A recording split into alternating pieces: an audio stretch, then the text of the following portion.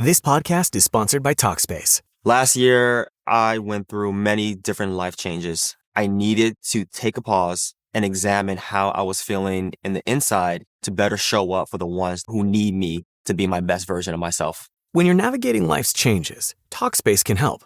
Talkspace is the #1 rated online therapy, bringing you professional support from licensed therapists and psychiatry providers that you can access anytime, anywhere. Living a busy life, navigating a long-distance relationship, becoming a first-step father, Talkspace made all of those journeys possible. I could speak with my therapist in the office. I could speak with my therapist in the comfort of my home. I was never alone. Talkspace works with most major insurers, and most insured members have a $0 copay. No insurance, no problem. Now get $80 off your first month with promo code SPACE80 when you go to Talkspace.com. Match with a licensed therapist today at Talkspace.com. Save $80 with code SPACE80 at Talkspace.com.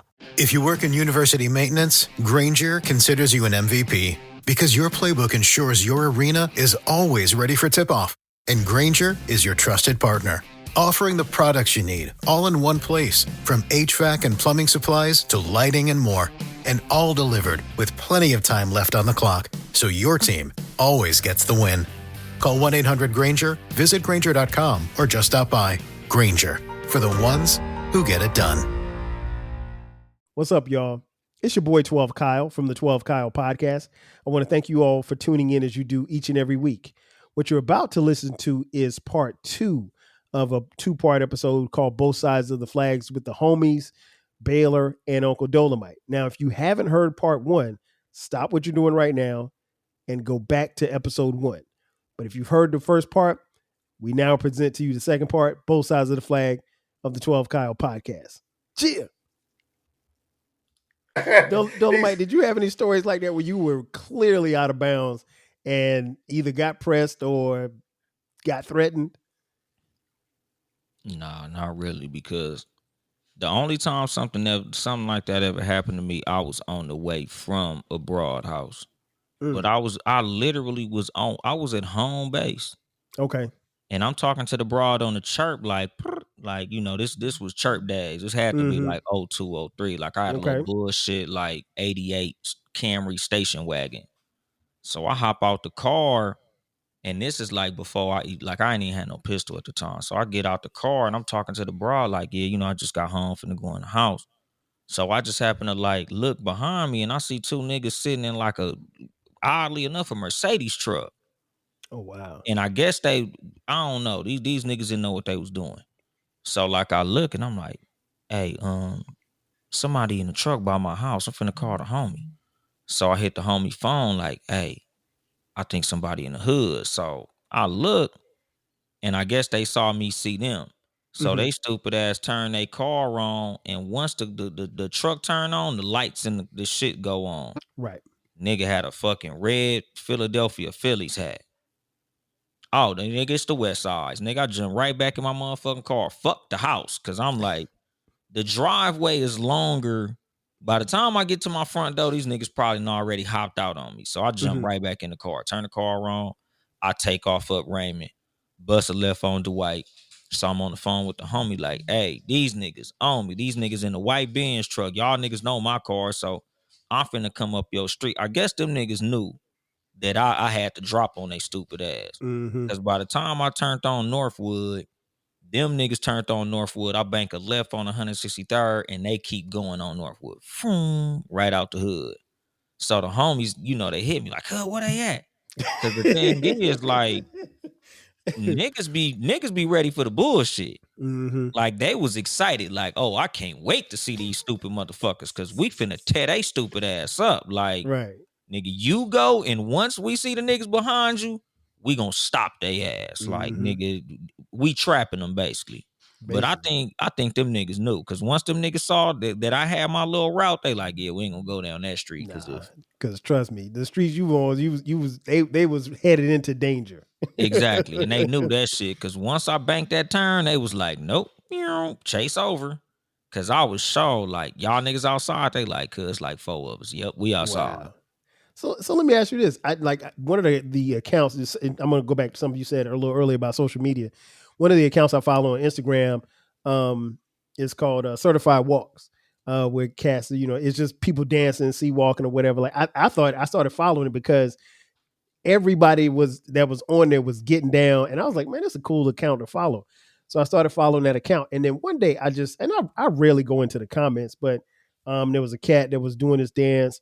He was walking or whatever, and like everybody was giving him props or whatever. Like they had a bunch of comments, and I started noticing like there were dudes that were tagging, putting their hood on the comments. And obviously they were Crips or whatever like that, and a couple of Bloods chimed in too as well. And it wasn't no disrespect, but it was just so it made me think like, damn, like I would think, or at least just my mentality coming from small town Florence, South Carolina, that you wouldn't want to put your tag or your hood name or anything like that on social media because it's documented. So now, obviously, with hip hop and there's always been how can I say, there's always been a love affair, if you will, or hate affair for your city when it came to hip hop was concerned, even going back to Eazy-E and NWA those days. But when you look at social media, being able to put your hood on social media and then having that, or going back, or even going back and forth with ops on social media, do you think, and I'll start with you first, Dolomite, do you think gang banging has been glorified or more amplified, or glorified I don't want to say negatively, like giving a false sense of what really is, like they make it, or maybe there are people who are on social media that they're trying to make it sound and seem a lot cooler than what it really is. Yeah.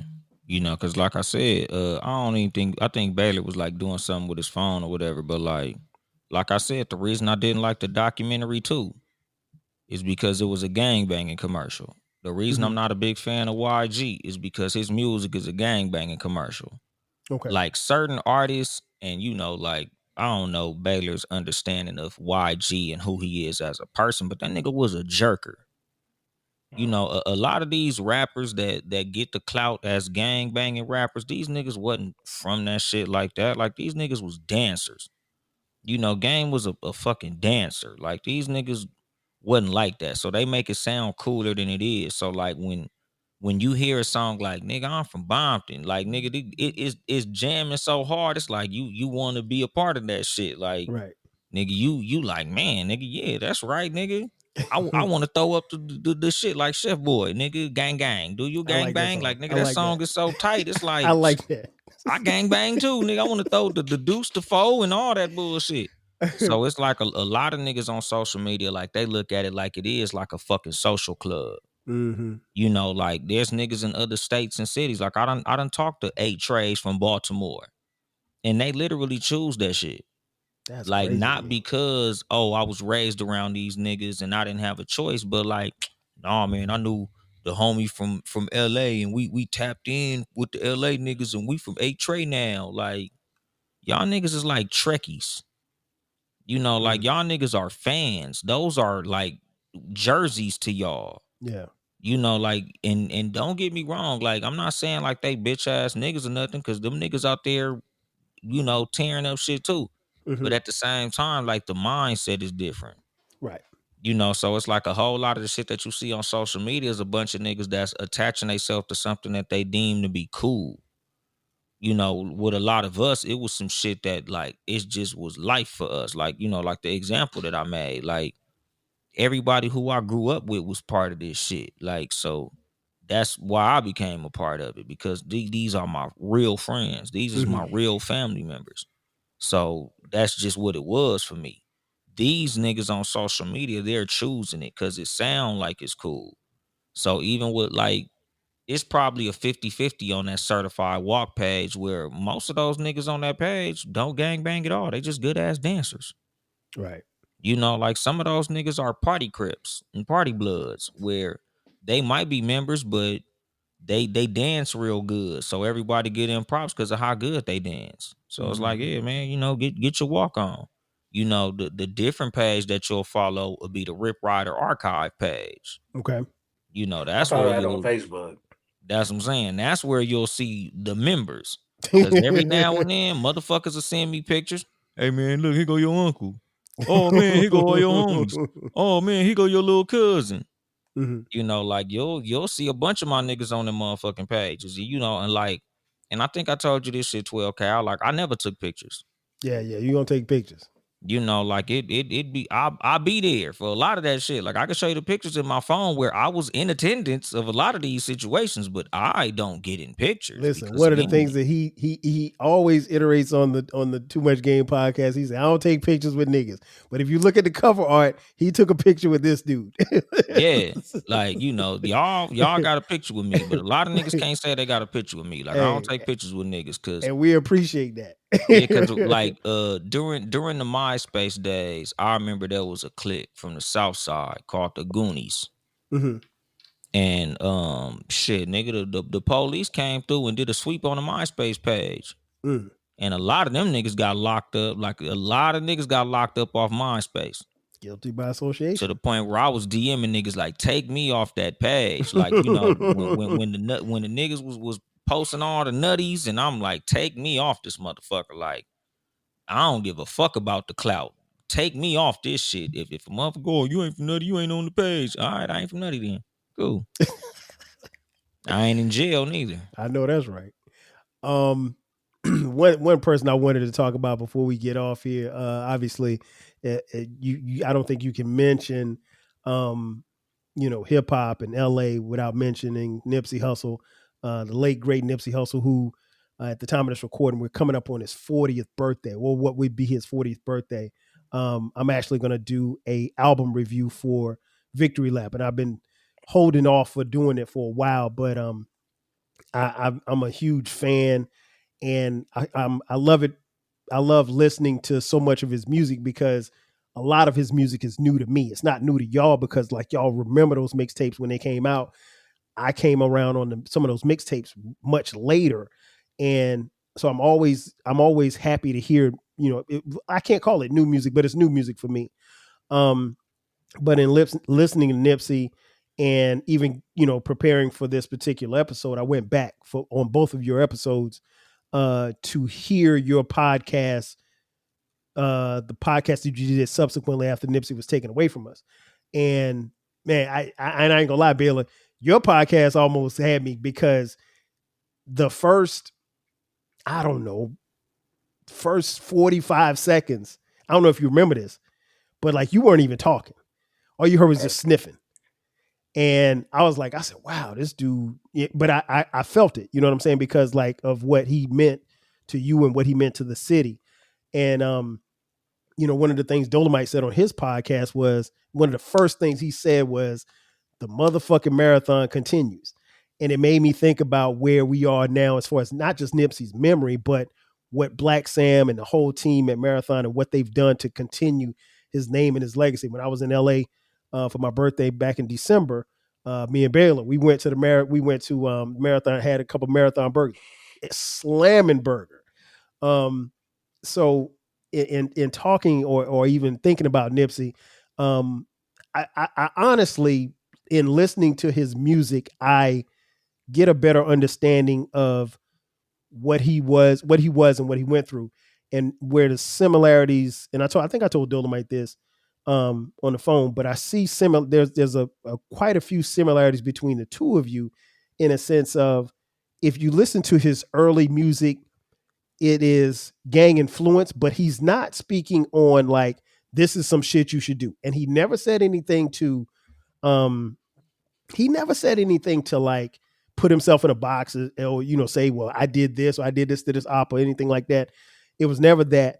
But probably after the Marathon mixtape, you saw the transition from, okay, I'm repping 60. I mean, he always repped 60s, but his music started more to reflect probably where he was in life as far as like building businesses, buying back the block, and what he wanted to do futuristically for himself and his team and his family and ultimately his community. And I think you can hear that resonate in the music. But Nipsey, it was refreshing to hear both of you having raw emotions about his loss and what it meant. Dolemite did. I think that episode might have been because it was you and Ben Ready.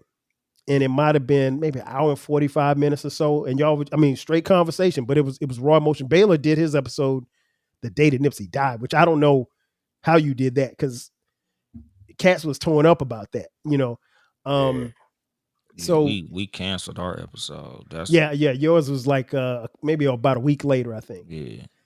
So in speaking about Nipsey, man, what do you think about his transition from the streets to rap, and then what he did, not just for his neighborhood, but what he did for LA and rap fans like the three of us?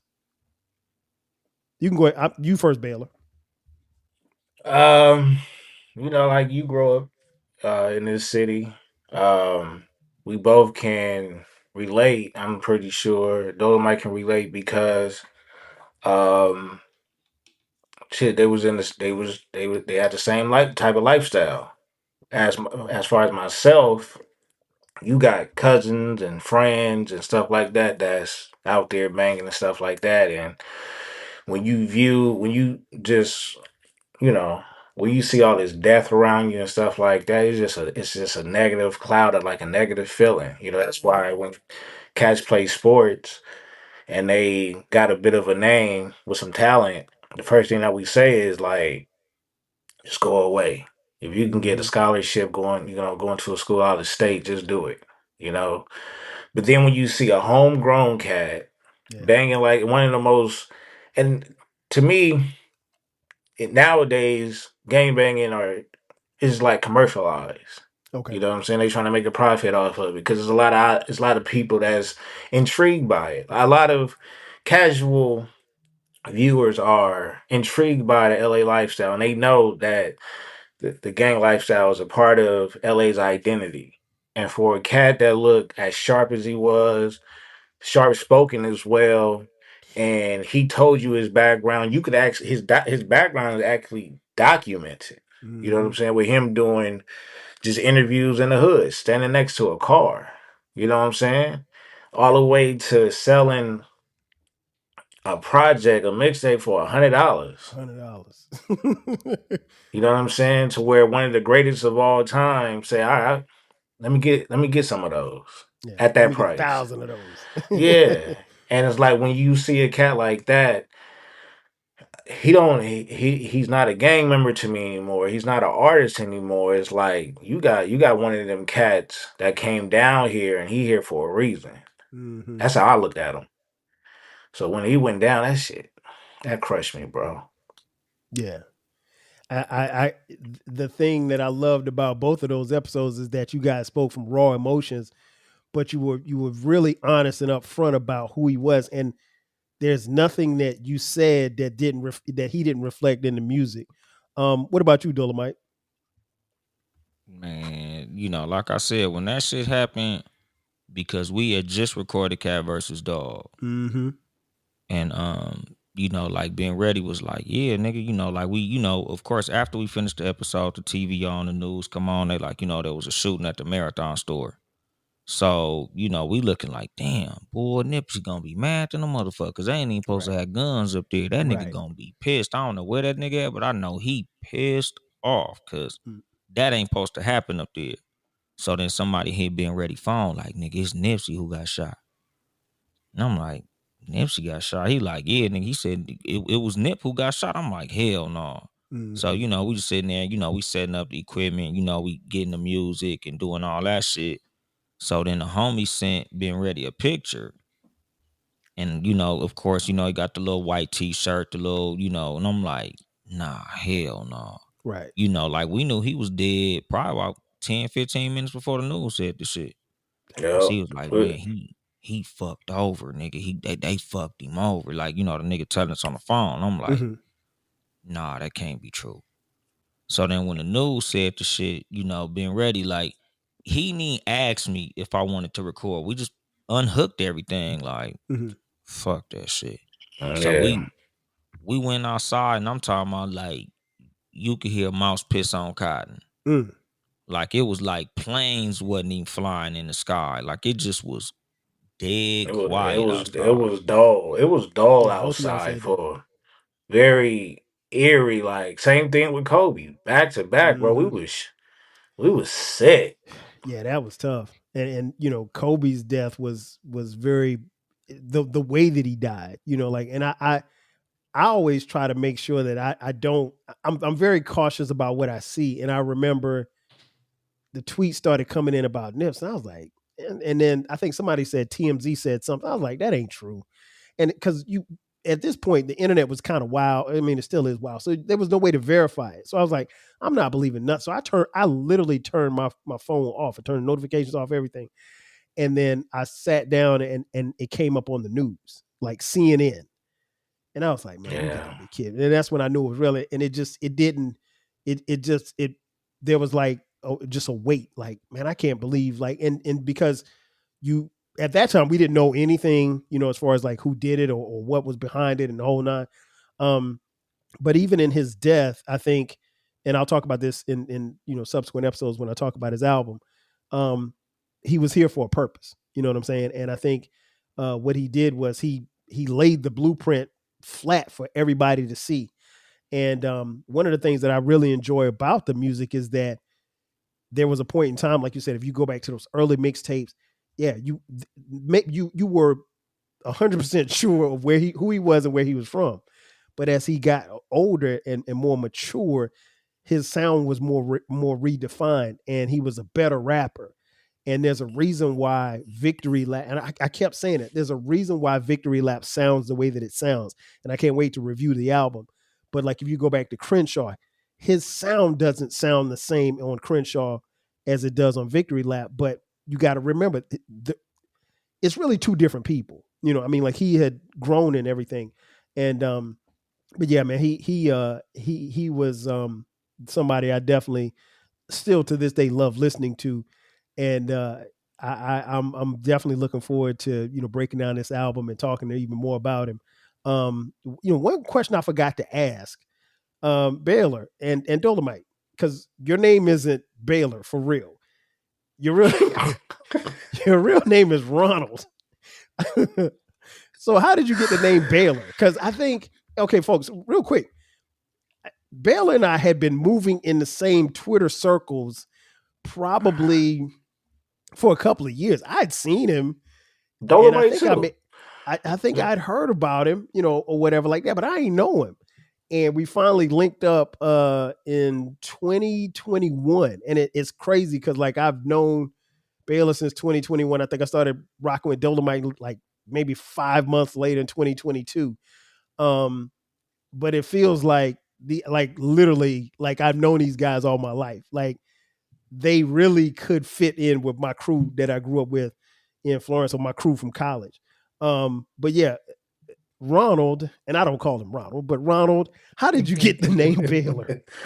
Cause at And it's funny because hearing your wife Marcy call you Ron, I was like, when I came to your house, she's like, yeah, I told Ron. I was like, Ron, what the hell is the Ron? She's like, wife oh, the that's wife always gonna make me look lame. Always. They always gonna make you look lame. man. Listen, Like, yeah, she go my wife calls me Kyle, and it's the most proper Kyle you've ever heard see, and then I say Cal, which sounds like because that's where you're from. CAL. Yeah. CAL. That's Cause where y'all Brownie from. Brownie think your name is 12 Cal.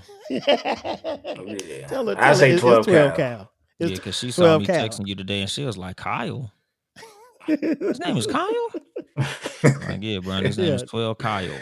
that's it. Uh, That's it. nah, at So how'd you get Fremont, Baylor? it was I had a couple of homies that was Bloods. It was a gang Mm-hmm. of Bloods on the basketball team and a football team. So you know how you know how the Bloods do. They put beat not on everything, but it Mm-hmm. got to make sense. So one thing I say about the gang culture, we got a top three walk of all time, and we got a top three slang of all time because the most commercialized dance I've ever seen outside of the goddamn moonwalk is the crip walk. You know what I'm Mm-hmm. saying? But look, dog, after the game came out, bro, you seen Lil Wayne and Dipset and all Yeah. these Yeah. niggas, and they took it to the point where it was like everything was commercialized. We did it. We was actually getting into it with the Bloods, so we was Mm-hmm. like, we did it as mocking them. Don't Right. do that, by the way. Don't do Right. that, okay? Yeah, People in the don't mock any audience, game. please don't do that. Don't mock And any don't game. and technically, I'm from the area where when you went to a house party, backyard boogie, wherever y'all went to, where it was a function, and you was crip walking, if you wasn't a crip, that's your ass. And if you was a Mm-hmm. crip and you was crip walking, you was in the wrong hood, it's gonna be an issue unless you one Right. of them niggas that Rambo and shoot your way up out of there. Right. But no, you're not supposed to do neither. You're not supposed to be crip walking if you're not a crip, and you're not supposed to be going around saying being big and back, being boo if you're not a Mm-hmm. blood. But we had egos. We was basketball players and football players that didn't like to be fucked with, but we had relationships with both sides. You know what I'm saying? Like Dolomite said, he probably had 100% pure crips. Lock High was like 97%. They had a couple of Denver lanes that went to their school. They were just undercover. You know what I'm Mm-hmm. saying? Fremont, 98. Well, I would say 75% Bloods. The essays ran everything, and you for sure had a couple of Crips that went there. I know because the niggas was on the basketball team with me. Okay. But either they dad was like an OG and they was like, leave they son alone, or the nigga just never told you, never found out until I got to college. Okay. But it was niggas that had to go to certain schools because they was inside that district or they got kicked out of other schools. But nah, I mean, I grew up around the Crip homies never came up with a dope nickname. The Blood homies did. And so the and blood be, homies called you Baylor. yeah, because of basketball, the coach would usually call you by your last name, which is Last name. Taylor. But I'm around the Blood homies, so they call me Baylor. Look, ask Marcy what her nickname is. I Barcia, have that. Barbia. They both of them. So it's like it's where like y'all said. We got to claim the cats that went to the high schools. You know Mm-hmm. what I'm saying? So hey, some nicknames are earned and some nicknames are given. You can give your own self a nickname, but you still gotta earn it. It don't really Right. count. I never Right. changed my nickname. I just said fuck it. That's the one they gave me. And it went and again it went commercial because niggas Mm-hmm. I never called myself BTG. A nigga from shout out to Big B and the In Deep show. They the ones that gave me the nickname BTG. Okay. And that's off Okay. of Baylor. That's off of Baylor the Great. You know what I'm saying? Wow. So there's not a nigga in this podcast game that don't know me as other than Baylor. That's it. Nobody knows you as Ron or Ronald or No, Taylor or anything. unless they go on my Facebook and they see my government or I said it Right. in one of their shows. No, it's Baylor. And all them niggas that's from them other hoods outside of California, they assume I'm a blood. And I let they stupid ass think what they want or whatever. But I do clear it up because it seemed like them niggas do the extra. You know what I'm Mm-hmm. saying? They Right. want to Right. show out in front of LA niggas, especially if they think they from a gang. Look, stupid. I'm not from neither side. I can't help you, bro. Leave me alone. You know what I Yep. mean? But I gotta clear that up because it'll be one of them stupid niggas that be like Baylor from, and they'll make up some shit. Some niggas had actually called me like, "Yeah, I know you. You know, I know your name is Baylor or whatever." So like, niggas is saying you from this hood. I'm like, how do you even? First of all, you're not even from California, bro. Like, what you in politics that I'm not even a part of. Right. You Man, know what mind I'm your saying? business. But Mind your that's how business. it goes. I'm a true LA nigga. Like I can kick it. I went wherever I wanted to go. Mostly that was where the girls went. I had to be aware. You know what I'm saying? But I never gave myself a nickname. I mean, the nickname that I did give myself was just between me and the homies. But the shit that they know worldwide, they just know me as Mm-hmm. Baylor, and I just kept it that way. BTG. What about you? BTG. Because your And real name and, isn't. look how look how strong the gang culture is. Never gang bang in my life. Got into it with majority Bloods. My nickname came from Bloods, and that's where my daughter name came from. Bailey. Wow. Bailey Wow. from So Baylor. so now your real name isn't Dolomite. What first? How did you get Lil Ant, and then how did you get Uncle Dolomite? Or young? You went from young Dolomite to Uncle Dolomite. Yeah. So how did you get those names? So my real name is Anthony. I'm named Mm-hmm. after my dad. Okay. So my dad was big, of course he Anthony, so he big Ant. I Big became Ant, Lil Ant. Lil Ant. So as far as like, that's just the name everybody called me growing up because I was my dad's son. Everybody knew my dad. He was the hood mechanic. He fixed low riders. He could fix anything. So everybody know my dad. Everybody know my family. Like, my uncle was Big Mike. Everybody know my uncle. My little cousin is Lil Mike. Lil Mike. I heard you talk about Lil Mike. We're known as our father's kids. Like, everybody knew my family. Everybody in the hood know us. So that's just who I was. Like, as far as my hood name is Baby Droopy. Because my cousin. I see it now. Yeah. Yo, I know I've been rocking with this dude damn near 4 or 5 years, and I never knew that until just now. Yeah, Baby Droopy. Okay, yeah, makes because sense. my big cousin got droopy eyes, so he's the original Droopy. His little brother, my big cousin, same thing. And then I came up under them. But because I was Lil Ant my whole life, I just never picked up the name. Like, so there's pictures with me with Baby Droopy written under it, but like I don't introduce myself as that I'm Lil Ant. Right. So like Dolemite came in high school. Okay. Like we used to watch, like they would be like, oh, bring in the movie, bring in the movie you like, and we'll watch movies on Thursdays. So I brought in Dolemite because I liked the movie. So we watched the movie, and they was like, nigga, you like the movie because that's you, nigga. You just talk shit and you got all the bitches. Because at my school, like I just was known for having hoes and talking shit. So, and the same as like in G thing, pimping hoes and talking shit. Like my name was Dolemite. Yep. So, the name just stuck. And I said young Dolemite because there's already a Dolemite. So after that, like, I got older, I got gray hair, my beard, I got banned from Facebook and Instagram. So I couldn't use the name Young Dolemite no more because Instagram banned the motherfucker. So I just held on to the name Dolemite, like, well, because I'm getting older, I'm Uncle Dolemite now, since Unc status. And the crazy thing is, like, I think it was somebody Googled my name, and now it's right under Rudy Ray Moore's name. So that was if you Germ. Google, Germ did that. Yeah, if you Google Uncle Dolemite, it literally says podcaster and comedian Anthony Webb, blah blah blah. Like I'm on Google. If you Google Uncle Dolemite, it'll pop up. So that's kind of dope. But yeah, like I got the name from the movie, and it just stuck with me. No But doubt. like even because like I went to a comedy show recently, and it was a gang of my homies. Like one of my homies threw the show, and we got like Chris Sneed, Ross Washington, Precious Hall, Scruncho was there. Like all the comedians was there, and they all know me as Dolemite from comedy. Like so, everybody there calling me Lil Ant. So they like, oh, okay, Lil Ant, why they call you that? And I'm like, that's just what they call me. These are my folks. This my hood here, nigga. Like, and like it's just funny when, you could say where you from all you want to. And I tell people all the time, like, it's not about who you know, it's who know you. Who know you, exactly. Like you can claim the hood all day, but do the hood claim you? Facts. So, like the nigga was like, it just was a trip to see all these OGs, hugging you and, calling you nephew and all that shit. And I'm like, these really my folks, nigga. Like, the hood claim me just as much as I claim the hood. Like, again.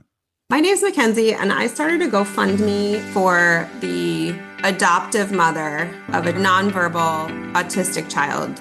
The mother had lost her job because she wasn't able to find adequate care for this autistic child. So she really needed some help with living expenses, paying some back bills. So I launched a GoFundMe to help support them during this crisis. And we raised about $10,000 within just a couple of months. I think that the surprising thing was by telling a clear story and just like really being very clear about what we needed, we had some really generous donations from people who were really moved by the situation that this family was struggling with. GoFundMe is the world's #1 fundraising platform trusted by over 200 million people. Start your GoFundMe today at GoFundMe.com. That's GoFundMe.com. GoFundMe.com. This podcast is supported by GoFundMe. When you manage procurement for multiple facilities, every order matters. But when it's for a hospital system, they matter even more. Granger gets it and knows there's no time for managing multiple suppliers and no room for shipping delays. That's why Granger offers millions of products in fast, dependable delivery, so you can keep your facility stocked, safe, and running smoothly. Call 1-800-GRANGER, click Granger.com, or just stop by. Granger, for the ones who get it done. If you work in university maintenance, Granger considers you an MVP because your playbook ensures your arena is always ready for tip-off. And Granger is your trusted partner, offering the products you need all in one place, from HVAC and plumbing supplies to lighting and more, and all delivered with plenty of time left on the clock, so your team always gets the win. Call 1-800-GRANGER, visit Granger.com, or just stop by. Granger, for the ones who get it done. I'm not one of these new gang members because in today's gang banging, man, half these niggas live in Paramount. You know, these niggas live in Lawndale. These niggas live in Lancaster, Palmdale. These niggas live out here in the Inland Empire, and they claiming some shit in LA. They got to get on the freeway and drive an hour and a half to go to their set. You know, in our day, you was born there. Yeah. These niggas claiming the hood, they can't even take a shit in that neighborhood. They can't even spend the night over there. They just over there claiming some shit they ain't never lived in. But with us, family. That's about as bad as the people, you know, claiming streets and sets that not even in that city. I think I told y'all, like I was over on the west side. I stopped to go to Waffle House, and there was an abandoned building next to the Waffle House, and somebody wrote 60s on it in spray painted 60s on it, and there's no 60s street over there. I was like, 60s? Like, are you like really? Like, I was like, come on, man, what are we doing here? But I don't know. I guess to each his own, man. To each his own. Everybody, you know, they see stuff, and that's what I meant by, you know, what we see in here on social media and stuff. But yeah, I'm gonna put a bow on this thing, man. Again, these cats right here, man, these are my boys. I never can stop telling people about how, you know, I fuck with them, because like when I've been out to LA and then like hung with them. Like it ain't no, I mean, we've gone out, been to Baylor's mansion, and I ain't been to Dolemite's mansion yet, but you know, I'm gonna get there next time I come out there. And then like we've done fly shit together. Like I mentioned at the top, Dolemite is a comedian. Like he ain't no play comedian, he's a real comedian. And what was that Wednesday night we went to they had a set in a D.L. Hughley spot in Pasadena, and one of the coolest shits you'll ever see was like Dolemite wasn't on the bill to perform that night, but it was, you know, he was trying to get on and get some time to get on stage. And so me and Dolemite get there early, and Uncle Bob came out there, and we were talking, and then D.L. Hughley walks in, and Dolemite's like, all right, he's like, hold on one second, let me go holler at him. And he walks up and he just starts talking. And now I don't know a lot of people that would do that, because you had to ask D.L. Hughley, hey, I know you might not have a bunch of time for other comedians, but if I can get 10 minutes, let me know what I can do, whatever. And that's somebody that you look up to in the comic world. But I mean, like that took a lot of guts. And like I said, I didn't get a chance to see you do your thing that night, but we had a good time. Hung out with Baylor as well when I was out there. LA is one of my favorite cities, and I'll definitely be back out there again, hopefully sooner than later. I ain't moving out there because I need a couple more zeros. Baylor. I need a couple more zeros. What you say, Baylor? Took the homie on Fig. Hey, look, 12 cows. Listen, the nigga name I've never seen anything like I saw in Figueroa. That nigga on Fig, man, that nigga lost. Now every time he probably followed that page on IG. It's wild. I don't follow the page. I saw enough on Figueroa. I saw enough on Figueroa to make me. I was like, I mean, like, and this is it's a long street. So I think I got on Fig. Maybe I think I was coming from Long Beach, and Baylor, and I text Baylor. Baylor said, "Hey, get on Fig and just go straight down until you get." Because I was staying downtown at the Intercontinental. Hey, I'm not lying though. I didn't do it. I just didn't want him to get on the freeway. Just take. Listen, I saw a little bit, man. There was literally a prostitute on every single corner. Hey man, I And was then like crying. you go a little bit further down, and there was a place, I can't remember the name of the place. I took a picture of it, and they had like prostitute uniforms. It was like a prostitute uniform store. I'd never seen anything like that in my life. And so like I'm sitting at the light, and I'm in like a rental. It's like a Nissan Sentra, something like that. And I'm trying not to look like a tourist. And like I see this chick, she's walking, and she starts walking toward the car. And I look over and I just kind of shake my head, and she's still walking toward the car. And luckily the light turned green. I was like, let me just peel on off. He But got yeah. out of there. Hey, 12 Cal. Nigga name from Lamont from East Coast. Nigga, seventh grade. Nigga told me to pull up my pants. What you think I did? Pull my pants right up. It was 19 niggas on that staircase, looking like Mm-mm. Wu-Tang Clan, nigga. Nah, you just I pulled my pants right up. Say, you absolutely right, sir. Figaro is something different. And like I said, I was in a car, so I can only imagine what that street looks like on foot at night. At night is Um, wild. Go to Sunset. but it's a beautiful city, man. I always try to stay. I'm always gonna stay downtown when I come to the city because I love. But it was a great getaway for my birthday. I won't be there this year for my birthday because my wife is graduating from she's getting a doctorate. So my LA trip got to be next summer. So For sure. but it's the plan is there. The plan is there. But yeah, man, these are my boys. Like I said, I just this was actually an episode for those of you listening. This is an episode that the two of you were supposed to do together. Yeah. And for whatever reason, Tommy just couldn't pull it off or whatever like that. So I'm glad that we got a chance to because we talk every day in the group chat and stuff. And like I said, one day I'm gonna get my money up and No, maybe. tell me the truth. The reason is I stay next to a private airport, right? Dolomite don't want to park there because he don't like how much they charging for the diesel fuel. That's what it was about. The nigga never wanted to fly his private jet over Hey here. man, That's why.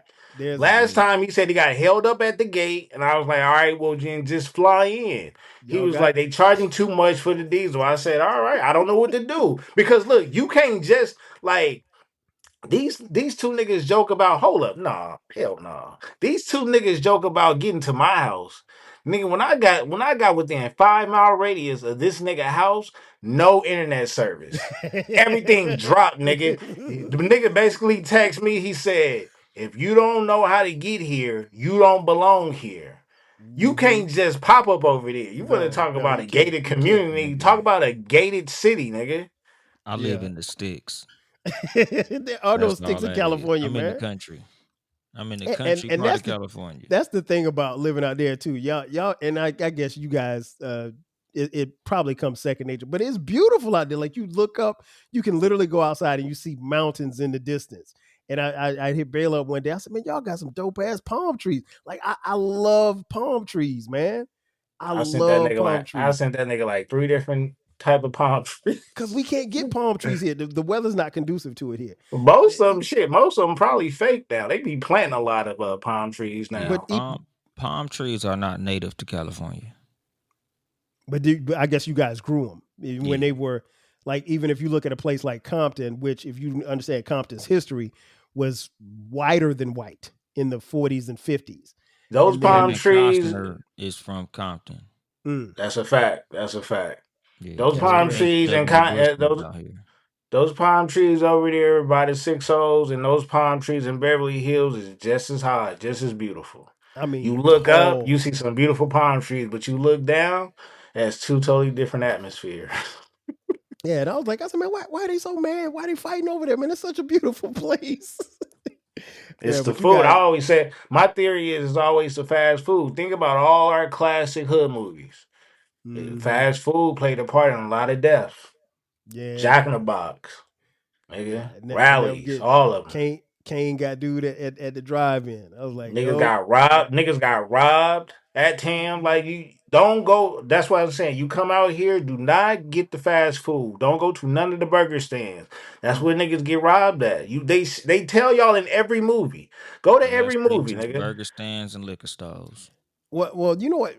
One question I do have: why y'all got so many donut shops? There's literally like a donut shop on every That's them corner. Koreans. They put We and good at then making donuts. when you get Man, then when you get the donuts and the Chinese food place right next to each other, bruh, I got to go sodium. 5 miles in Atlanta to find it, and then there's a Krispy Kreme over here, and then there's a Dunkin' Donuts like way over there.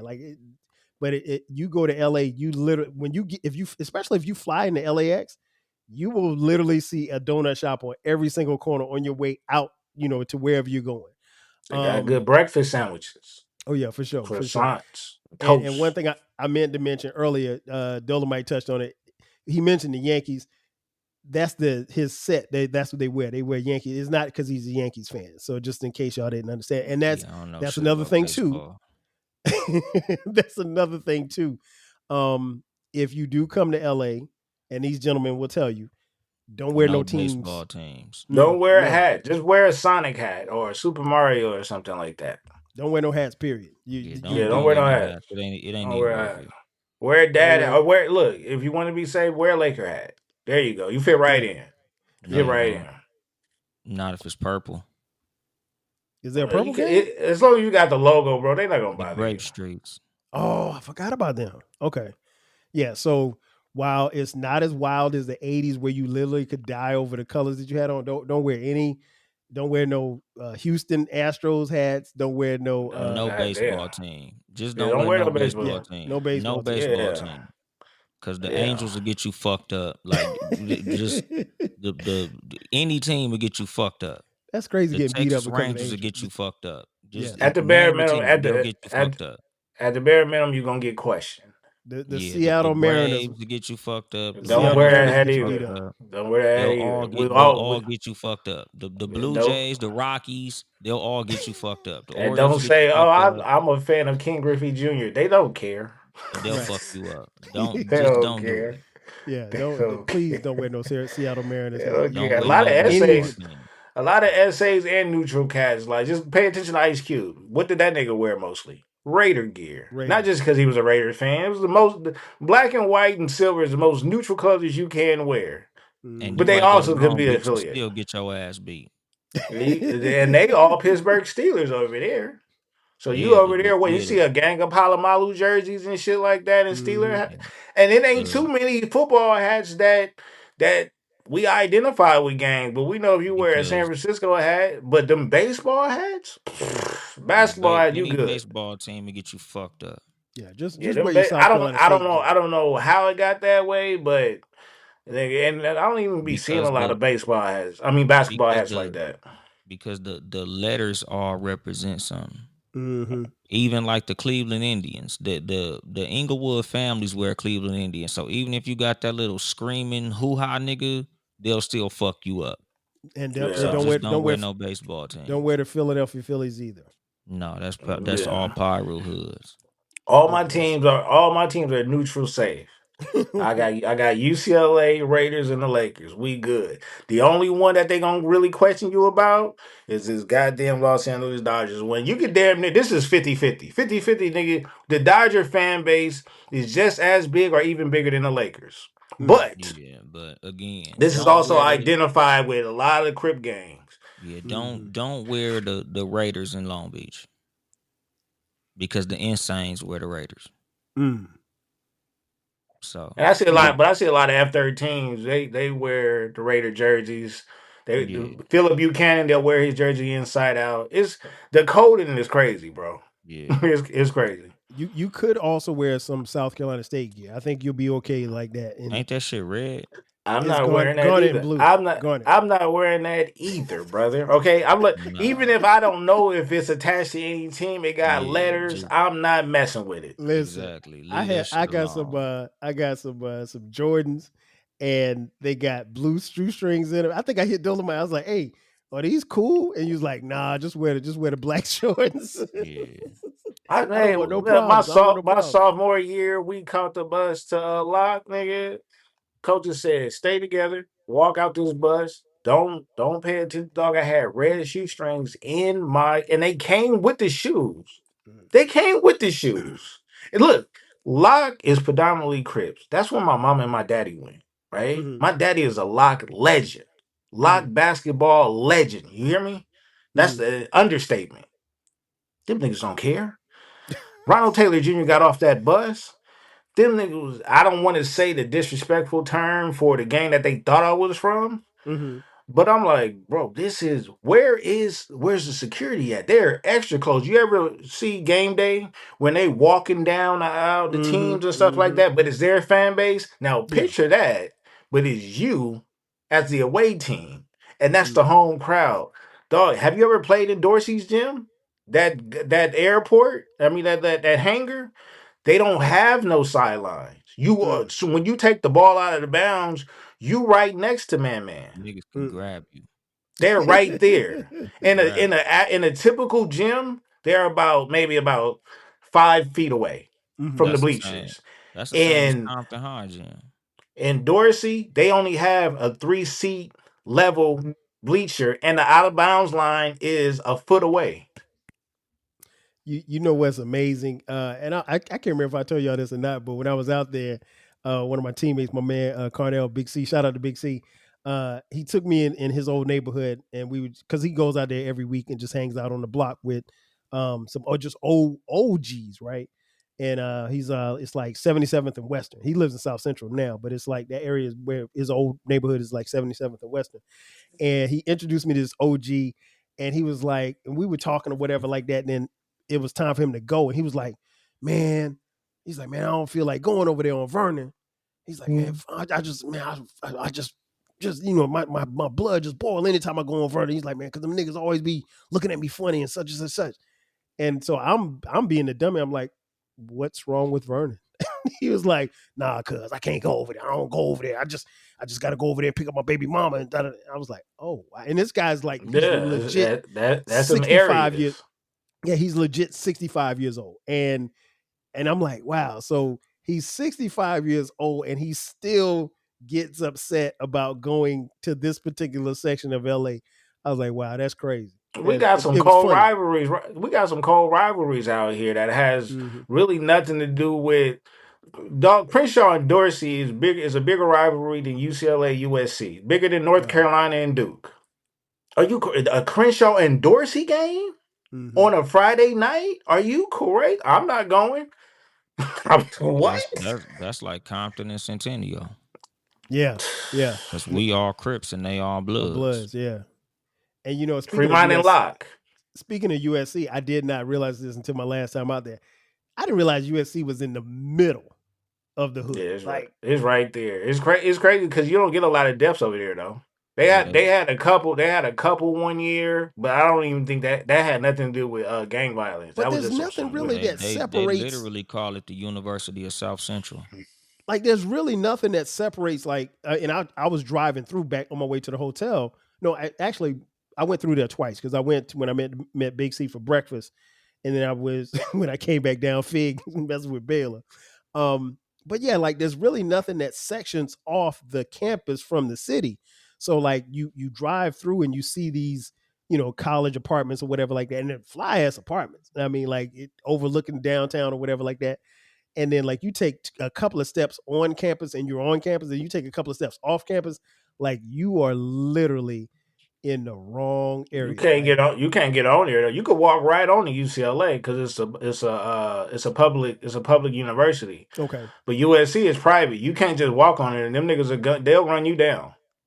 It's And so there's a it's a highly respected area as far as where the school is at, and right. then they play at the Coliseum, which is a couple of blocks down. Well, next block over technically because they got the Science Center over there. But nigga, the Coliseum is right there next to Manual Arts. It's popping right there. So tell me this: why do they have the? I was coming down. Was Exposition? Is that the name of the Yeah. street? Yeah. So I'm coming out Exposition, and there's literally like a train station here, and the school is right here, and you literally have little white girls just jogging to class or whatever. But like the people getting off the sub, or not, I can't call it subway, off the public transportation is like the most thugged out people and everything. I'm like, damn, like you normally in most cities, like in my mind, I wouldn't think that they would be that close as far as interacting is concerned, because like even like here in Atlanta, Georgia Tech, Georgia Tech is in the middle of downtown, but there's no public access to where you can like get to Georgia Tech you got to cross a bridge, and when you at Georgia Tech, you at Georgia Tech. You know what I'm saying? I thought that was interesting that the city, like you're literally in the city and you're right there on the school, and there's not really a whole lot of parameters between the public and the students. And it's private though. That's the killer part. You can't not just you could walk down the street, but it's private. You can't walk onto their campus at all. You got to have a legit reason to get on their campus. So it's highly respected, but it's just you around. It's just like the White House. The White House, right behind the White House, is the hood. The hood. So it's literally that close. But when you go to Westwood, Westwood is a whole ass different city. It's right next to Beverly Hills. Bel Air sits on the top of it. I ain't So been it's, over there it's yet. I got to get over there next time. Century City and stuff like that. That's where the money is at. So you walk on, you're gonna see, especially in the summertime, just like how y'all pull up to the comedy club and you see DL, Andy from Compton, you're gonna see a lot of the hood comedians, celebrities, and stuff like that in places like that. You go to Westwood, you're gonna see Westbrook and Baron Davis and them walking down the street if it's in the off season and they hoop because everybody go hoop at UCLA. Okay. But it's a whole totally different type of vibe though. They not playing them police over there, they not playing no games. So you gotta respect like cities like Westwood and Torrance and shit like that, Santa Monica, they that government is different. You know what I'm saying? It's a lot of money that flow through there because it's a tourist area as well. So you're not about to go over there. Ain't no gentrification the opposite way when it comes to those cities. Nah. They'll lock your ass up just for being I know there. that's right. I know that. If you over there, you got some money or you friends with somebody. I mean, I basically stayed in Bel Air and Beverly Hills because of the field that I'm in, but it does not feel like home at all. It feels very strange. We still have the police get behind you, you tighten up. That ain't gonna never change. One last question before we get out of here. One last question, and I'll throw this Dolemite you first. Did you ever get the? And I asked Sharice this because as you guys know, maybe you don't know, my wife is from Compton.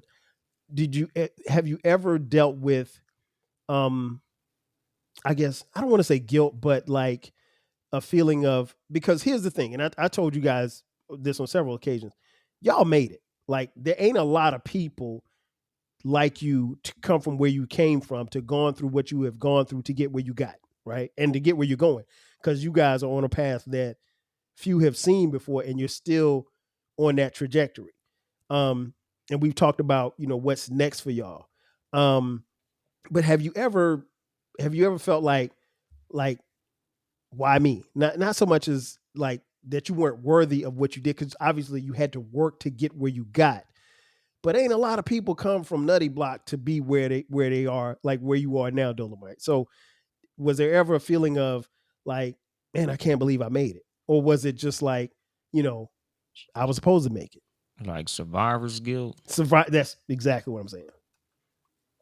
Nah, not really. Because a lot of people did make it out of my hood. Okay. Like Mixmaster Spade, King T, Geechee Gotti. Shout out to Geechee. BG Knockout, Gangsta Drayster.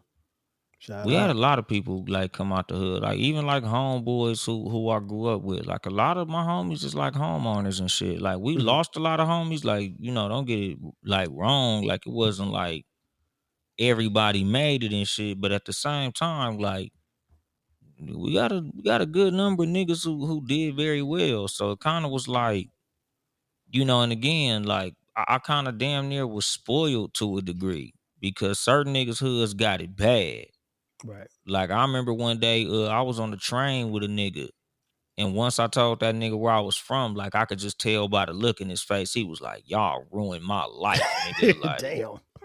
Cause we was terrorizing shit. Like it my neighborhood is kind of like, it's just an understanding where, nigga, if you from here, you got to be with the bullshit.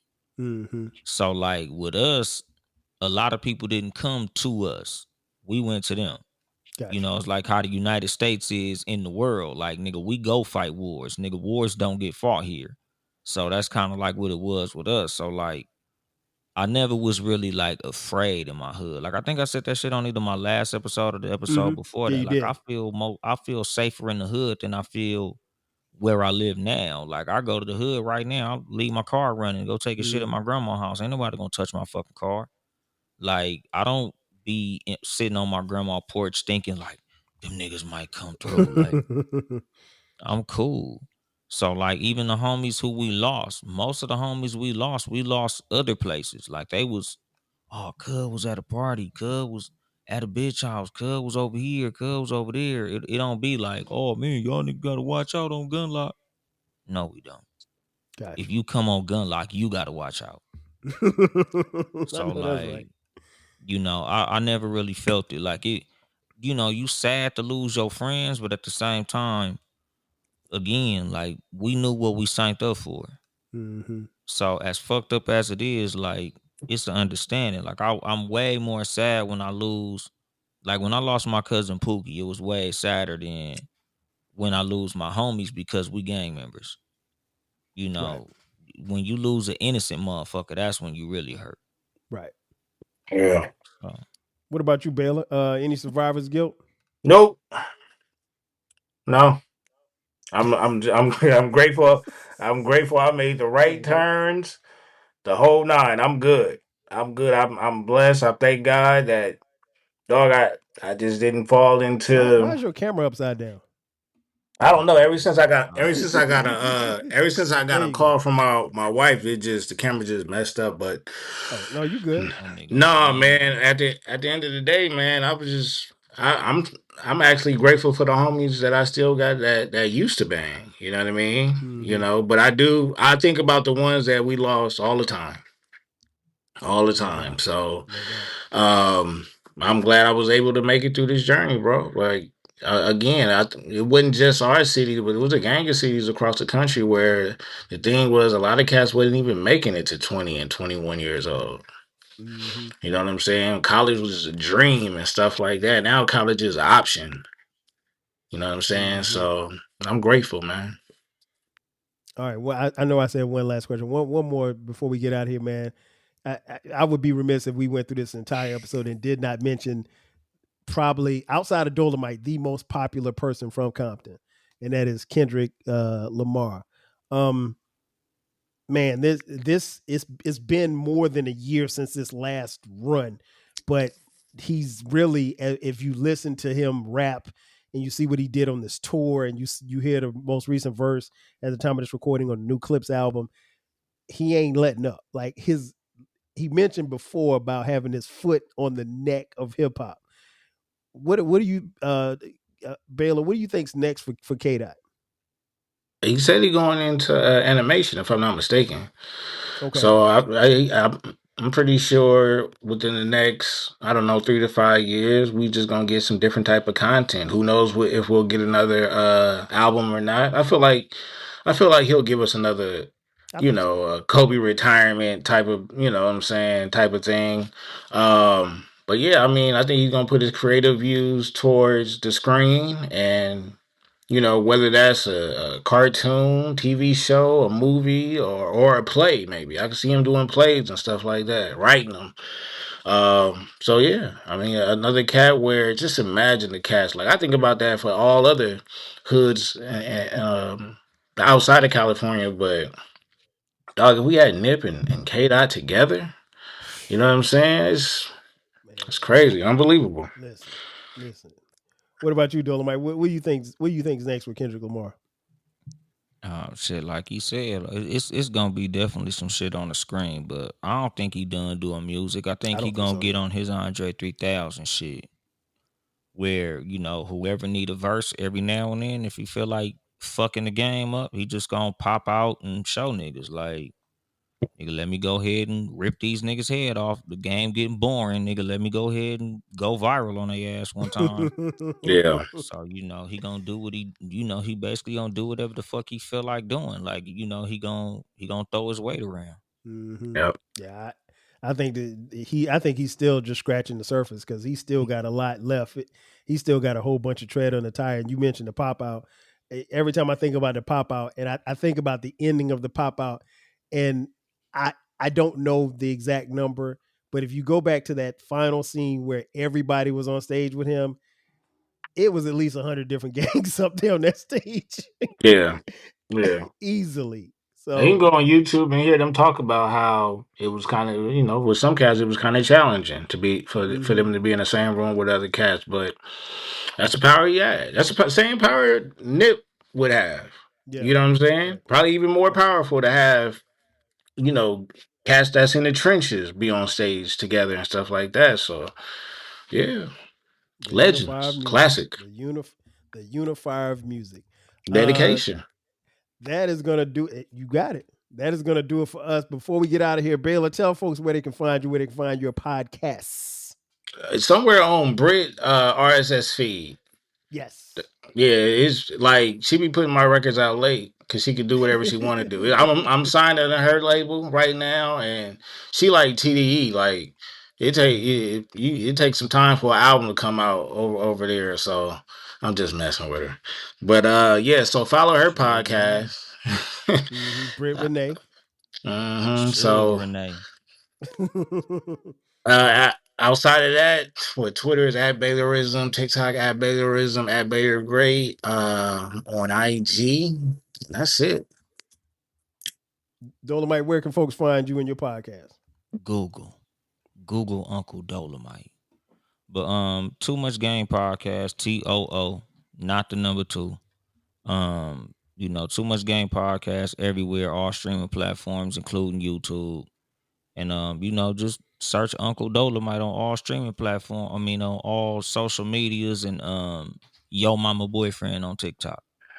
And for folks in the Metro LA area, you're like I mentioned earlier, you're a comic. Any shows coming up? Anything that you can plug? Nah, not at the moment. Because you just did a show, what, 2 nights ago? Yeah, the night before last. Okay. How did that go? Chaotic. The show was cool. It just was more shit outside of the show that was chaotic, but the show went well. Good. So pretty soon, y'all, you better catch him while you can, because pretty soon he's gonna be everywhere. He's gonna be. I've been trying to do a collaborative merch deal with him so I can be locked in. Nigga don't know. Trying to get locked in early, trying to get that early price. You know what I mean? Exactly. Well, that's going to do it for us. You guys know where to find me, 12 Kyle across the board, 12 Kyle podcast, new episodes every Thursday and every Sunday. The Rap Soul podcast, my music podcast, is the best music podcast that you've never heard. We talk about rap and soul music from the 80s, 90s, and the 2000s. Make sure you tap in there. You can find that on YouTube as well as everywhere you get podcasts. So that's going to do it for us. So for my man Baylor the Great, for my man Uncle Dolemite, I am your boy 12 Kyle. We'll catch you guys next time. 5,000. Cheer.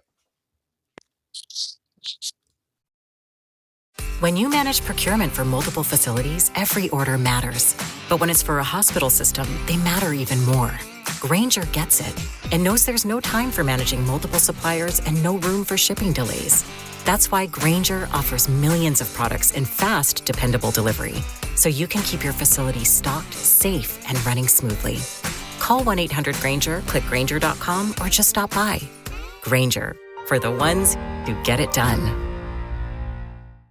When you manage procurement for multiple facilities, every order matters.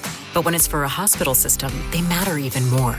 Grainger gets it and knows there's no time for managing multiple suppliers and no room for shipping delays. That's why Grainger offers millions of products in fast, dependable delivery, so you can keep your facility stocked, safe, and running smoothly. Call 1-800-GRAINGER, click Grainger.com, or just stop by. Grainger, for the ones who get it done.